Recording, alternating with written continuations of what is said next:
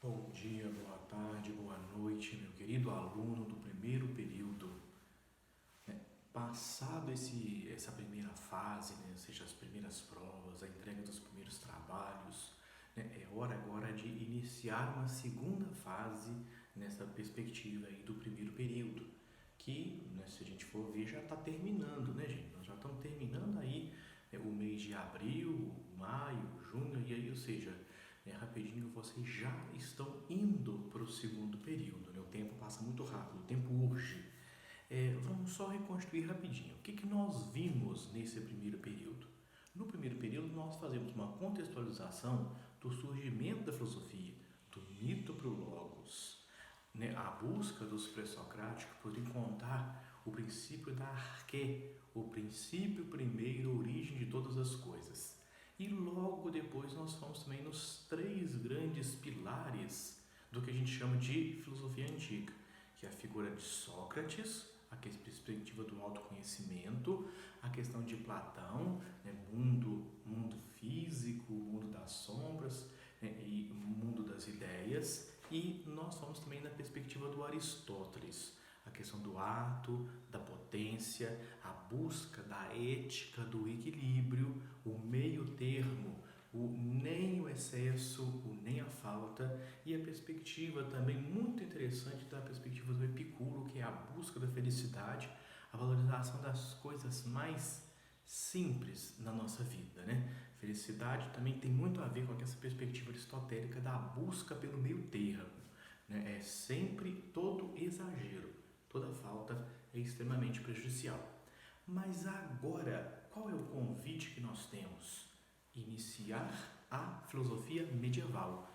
Na verdade, assim, nesse período agora nós vamos ver duas situações: filosofia medieval e logo depois o início da filosofia moderna com os contratualistas, Thomas Hobbes, John Locke, né, nós vamos ver o Jean-Jacques Rousseau, nós vamos ver os contratualistas e o último que é Montesquieu. Mas vamos aqui, então, ou seja, nós temos mais seis pensamentos, seis filósofos para estudar. Vamos contextualizar nessa primeira aula Idade Média. Primeiro, a gente sempre ouve assim: Idade Média, 1000 anos de história, 1000 anos de Idade das Trevas. Esse termo trevas, ele é um termo, digamos assim, pejorativo, não é um termo que eu gosto, nem que os historiadores gostam de usar. Foi usado por muito tempo como, né, Idade, né, das Trevas, né, dizendo que só a igreja detinha todo o poder e que não dava autonomia nenhuma para nenhuma perspectiva científica se desenvolver a não ser pelo crivo da fé. Mas pensemos aqui, muita coisa aconteceu, né, nesse período da Idade Média que também ajudou e ajuda até hoje, né? Agora mesmo a gente vai ver quando a gente estiver estudando principalmente a escolástica, né? Mas a questão da patrística também tem muita coisa que ajudou no sentido da humanidade. Falei duas palavrinhas aqui: patrística e escolástica. Quando a gente pensa em Idade Média, né, do século V ao século V, ou seja, 1000 anos de história, dividido em dois grandes períodos. O primeiro período, que vai do século V até o século VIII, né, ele é chamado de patrística. Né? A patrística faz menção aos primeiros padres da igreja. Vamos pensar o seguinte, gente: quando Cristo é crucificado, os primeiros cristãos continuam a defender a sua fé, só que eles são perseguidos. Daí surge aquele termo dos primeiros mártires da igreja, né? O exército romano perseguia quem era católico, quem era cristão, né? E nessa perspectiva, né, por que o Império Romano perseguia? Porque o Império Romano tinha uma religião, né? A questão do paganismo, a questão politeísta, ele tinha vários deuses, né? E os cristãos não eram politeístas, eles eram monoteístas, ou seja, eles não cultuavam vários deuses, mas um único Deus, o Deus que eles chamavam como Deus da verdade. Essa é a briga. Então, ou seja, o Império Romano começa a perseguir os cristãos. Só que a perseguição, gente, foi assim, quanto mais, né, por exemplo, matou lá o primeiro mártir da igreja, né, o Santo Estevão, né, era para ser com medo. Vocês param de fazer isso, porque também vocês vão seguir a mesma situação. Só que foi totalmente diferente. Matou, e aí as pessoas começaram a se unir mais em termos daquele propósito. Por que uma pessoa está morrendo em nome de um Deus?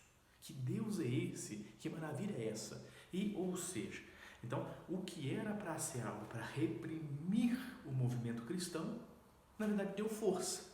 E o cristianismo foi crescendo, mesmo sendo perseguido, foi crescendo. E no século III, o Constantino, o imperador romano, se converte ao cristianismo. Então, aquela que era a religião antes perseguida, torna-se a religião oficial do Estado. E daí para frente o cristianismo não vai ter mais a perseguição que ele teve por 3 séculos. Ou seja, facilitou a vida dos cristãos. E o cristianismo vai, então, né, crescendo dentro do Império Romano. Fica muito mais fácil agora para os padres, para os bispos e mesmo para o fiel falar do Cristo. Então, ou seja, terreno fértil para a igreja expandir. Quando se fala nessa situação, então os primeiros padres, né, da patrística, eles eram apologetas. O que é um apologeta? É um defensor de uma determinada ideia, defensor da fé, no caso, né? Então, eles defendiam a fé cristã em relação a todos os pagãos, né? Pessoas, e quem era entendido como pagão? Quem não era batizado, quem pensava diferente da igreja. Então, os pagãos às vezes questionavam a virgindade de Maria, infabilidade do Papa, relação de céu, relação de inferno, né? Se existe pecado, se não existe pecado, se demônio é construção histórica, se não é. Então, o paganismo, né, era debatido, era, né, firmemente debatido então pelos padres apologetas. Figura central no período da patrística, Santo Agostinho. E o Santo Agostinho vai trabalhar principalmente a questão da imortalidade da alma, cidade de Deus, cidade dos homens, e na perspectiva do direito, essa questão de cidade de Deus, cidade dos homens vai ser muito importante para a gente entender a perspectiva de direito na patrística, né? Ou seja, então, né, e vai trabalhar a questão do mal, a questão do livre-arbítrio, porque tanto cidade de Deus quanto a questão do livre-arbítrio vai ser fundamental, então, na perspectiva do direito, as duas coisas que o direito mais absorve, né? E, findado esse primeiro período, né, mas assim, antes, nesse primeiro período, na verdade, na Idade Média todinha, fé e razão eram 2 palavras colocadas. Só que na patrística, né, o intuito era fazer uma conciliação entre as duas fases, fé e razão. Porém, na patrística, a fé tinha primazia em relação à razão. Ou seja, a razão era servidora da fé. Vamos agora, então, para a escolástica. Escolástica, o próprio nome faz menção à escola.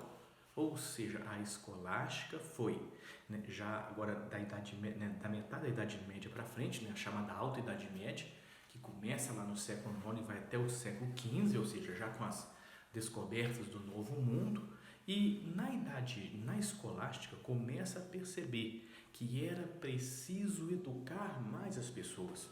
Fala assim, educar mais as pessoas, como assim, professor Sérgio? Pensa comigo, gente, né? O número de analfabetos na Europa era algo gigantesco. Por quê? O conhecimento em termos de letrado, ou seja, de conhecimento da língua, de capacidade de escrita, capacidade de leitura e capacidade de interpretação, estava muito vinculado à questão, né, dos monastérios. Então, assim, só os monges tinham conhecimento de letras. Então, né, chega um determinado momento que eles percebem, peraí, é preciso expandir, é preciso ensinar a população. E aí surgem os primeiros colégios, as primeiras escolas. Se a gente for ver, gente, isso gerou, né, assim, para o mundo afora, essa questão da igreja adotar essa postura educativa, né, de transmissora do conhecimento. Tanto é que, vamos falar aqui de Barbacena. Ó, pertinho de nós aqui, teve lá na Borda do Campo, inclusive era um colégio interno, né? Até 1990 era um colégio interno, as pessoas iam estudar na Borda do Campo, homens, né? Os meninos iam estudar na Borda do Campo. Eu tenho certeza que deve ter algum parente seu que já estudou, né, na Borda do Campo interno. E não era para ser padre, não, era aluno mesmo. Aprendia vários ofícios, entendeu? Então, assim, colégio interno era, né, da Igreja Católica. Aqui em Barbacena nós tínhamos aqui os salesianos, né? Tinha aqui o Verbo Divino, né? Tinha aqui tem, né, as Irmãs Salesianas, né, o Colégio São Miguel, o Colégio Imaculada, né, que são vinculados a uma instituição religiosa. A nível aqui, né, em Minas nós temos a PUC Minas, né, que é uma das universidades mais conceituadas, faz frente às federais em todos os seus cursos, tanto de graduação, de pós, né, de tanto lato sensu quanto stricto sensu. Então, assim, essa questão das instituições educacionais foi muito forte no período da escolástica, né? Enquanto a patrística falava de verdade como revelação, é Deus que se faz revelar na vida dos homens, na escolástica, esse conhecimento de Deus não é simplesmente por revelação. Tomás de Aquino vai dizer, peraí, nós podemos, pela razão, chegar ao conhecimento de Deus. Olha só, gente, patrística, revelação. Deus se faz revelar. Então, se ele não revelar para mim, opa, lascou. Mas agora não. O conhecimento, a minha perspectiva racional me permite, né, o conhecimento acerca de Deus, a abstração da ideia de Deus. Porque é um conhecimento empírico, um conhecimento lógico, um conhecimento racional. Então, independe, inclusive, até mesmo de fé. O estudo a respeito de Deus, o estudo a respeito da origem, não precisa ser simplesmente quem quem comunga de uma fé. Não. Um cientista que é ateu pode muito bem fazer esse estudo e às vezes chegar na conclusão de que existe uma força, uma energia, uma entidade que é a origem ou criadora de todas as coisas. É um caminho bem simples. Mas a figura de Tomás de Aquino, gente, olha só. Santo Agostinho e Tomás de Aquino fizeram leitura dos grandes filósofos da Grécia. Não uma leitura simplesmente de interpretação, mas é quase que um processo de cristianização do pensamento de Platão e do pensamento de Aristóteles. O Santo Agostinho teve a missão de estudar a perspectiva, né, de Platão e a partir daí atualizar para um pensamento cristão da Idade Média. Tanto é que aquela ideia de mundo das sombras e mundo superior transforma-se em Agostinho na cidade dos homens e na cidade de Deus. E a cidade de Deus é essa busca de todo ser humano, né? Agostinho vai dizer que nós somos um ser itinerante, viemos de Deus, para Deus voltaremos.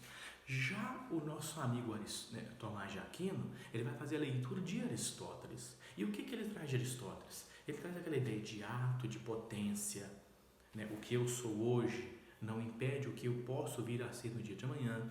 Ele traz aquela ideia de ser contingente, ser necessário. Por que essa questão de ser contingente e necessário é importante?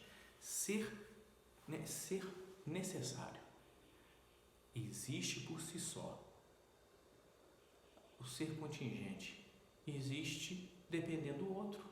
É aquela ideia de finitude e infinitude. O ser infinito existe, não tem início nem fim. Ele é. Agora, o ser finito não. O ser finito tem início, meio e fim. Por exemplo, a minha vida, a sua vida. Tem início, meio e fim. Mas existe algo que tem uma origem desconhecida, um fim desconhecido. Um ser infinito.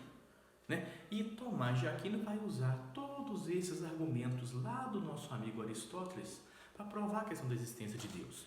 Para o direito, qual é a grande contribuição que o Tomás de Aquino vai trazer para nós? Ele vai falar que existem diferentes leis dentro de uma sociedade. Existe uma lei natural, existe uma lei divina, existe uma lei universal e existe uma lei humana. E ele vai fazer a inter-relação entre essas diferentes leis. Gente, eu estou hoje só pincelando Agostinho, só pincelando Aristóteles, porque na próxima aula de hoje eu já vou postar o pensamento de Santo Agostinho, perfeito? Então, assim, Essa é a primeira aula, logo depois já vem a segunda, que vai, né, que aí é literalmente o pensamento agostiniano e a contribuição que Agostinho fez para o direito. E na próxima semana nós vamos falar, vamos gravar as nossas aulas a respeito de Aristóteles, de Tomás de Aquino e a construção de Tomás de Aquino para a questão do direito. Então, por exemplo, Tomás de Aquino fala sobre as 5 vias ou 5 provas da existência de Deus. Eu vou só citar aqui hoje, porque na próxima aula é que a gente vai literalmente conversar sobre. Então, essa é uma introdução.